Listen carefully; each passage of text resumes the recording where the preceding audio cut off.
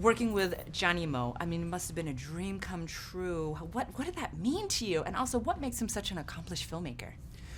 Working with Zhang Yimou was an actual dream come true. I've been telling a lot of people, I don't think it's a secret anymore, that I'm a big movie nerd, and I sort of grew up watching his movies. I introduced myself to foreign cinema quite early because I didn't have any friends. But I saw all of his movies, basically. I can't say that I didn't miss any of them up until the present, actually. And so you don't think that you're ever going to work with somebody that you idolize in that manner. So to get to experience that was very surreal. And to be on these sets that felt as big as they look in the movie, with Matt Damon and Andy Lau and Tiang Xing and Willem Dafoe, and have Zhang Yimou, express his vision to us, was probably one of the best things that I've ever experienced as far as work is concerned. I know, I'm corny, but it's true. Well, I love the fact that this film, you're speaking about the scale and how epic it is. I mean, this is pretty much the biggest movie undertaken in China with this large budget. So what did that mean in terms of the scale of what we saw and the scope of production? Can you talk about that? It's interesting because the first time that I saw the trailer for the longer trailer for The Great Wall, and seeing some of the shots in their finished form, it was interesting to feel like, yeah, I was there. It wasn't the kind of thing where while we were shooting, it was sort of like this studio experience with a bunch of green screen. We were on a kilometer-long set of a wider fortified version of the Great Wall of China on the coast of Qingdao, China. And it felt like that. It felt that big. All the horses were there. All the extras were there. All the weapons, all the fighting, the sets were that big. And so it was exciting to see it in its finished form, but seeing it was exactly what it felt like doing it. You know what I mean? Which was interesting. I also visited the Great Wall of China, but after we'd started shooting the movie, so it was almost hard for me to not imagine Taote monsters, scaling the walls and trying to attack. I had to kind of my context and the association that I had was a little inappropriate when I visited the wall, because that's how real it felt. That is so awesome. I love it. Well, speaking about the Taote monsters, I mean, there's so much mythology that you guys built around the story of the Great Wall. Can you speak about that and how it relates to the wall that you guys are talking about?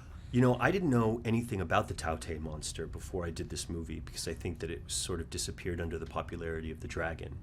And so that was kind of fascinating to get to learn about that and to see that it was actually on a yuan, and that its image is seen not everywhere, but in some places in China. It's quite popular. And so to get to kind of flesh out a myth that is lesser known to the rest of the world, and to kind of cleverly build it around a story like this is really cool, I think. So what is the story that you guys are telling with the mythology? They come from the story of the Taote is mythically known as the son of the dragon, and I think it's the ninth son of the dragon that comes from mysteriously comes from a jade mountain that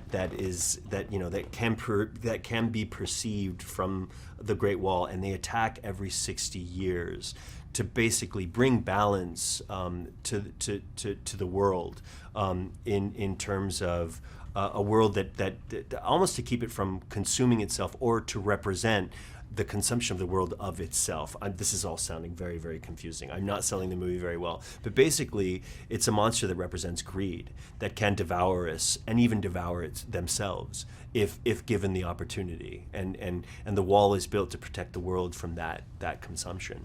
And last question, your chemistry with Matt Damon. I mean, you guys have so many facets, so many colors. It's awesome. How was it working with Matt Damon? It was amazing working with Matt Damon. He's the most generous person that I've ever worked with. And it's funny because when I tell people ask me a lot, like, what was it like to work with Matt Damon? And not friends of mine. We've all been fans of his for decades. And I tell them, and I was like, it's interesting. He's not the best famous person I've met. He's the best person I've met. He took very good care of me in this movie. It was my first studio film, so he took me under his wing, and was incredibly generous with me. And I think he's a rare breed. He's a great guy. Hey, Bali here. So did you like that video? Do you think the movie will be a success? Well, if not, maybe it will join the list of biggest box office bombs, which is what I'm here to talk to you about today, with a list of movies from this category. So let's start off with 2009's The Lonely Bones, which bombed at the box office with an estimated $64 million loss. Titan AE from 2000, which had an estimated loss of $137 million. 2015's Tomorrowland, starring George Clooney, recorded an estimated $76 million loss at the box office. The 13th Warrior, starring Antonio Banderas, had a loss of $98 million. Disney's animated Treasure Planet from 2002 lost a whopping $112 million. The Adventures of Baron Munchausen, starring John Neville, lost more than $77 million. The Lone Ranger, starring Johnny Depp, lost $97 million. Guy Ritchie's The Man from U.N.C.L.E. lost $80 million at the box office. The infamous John Carter lost $126 million. And lastly, Hugo by Martin Scorsese lost $60 million. Ooh. So, do you agree with the movies of this list? Let me know in the comments below, and remember to subscribe to our channel for all the best trailer releases. See ya!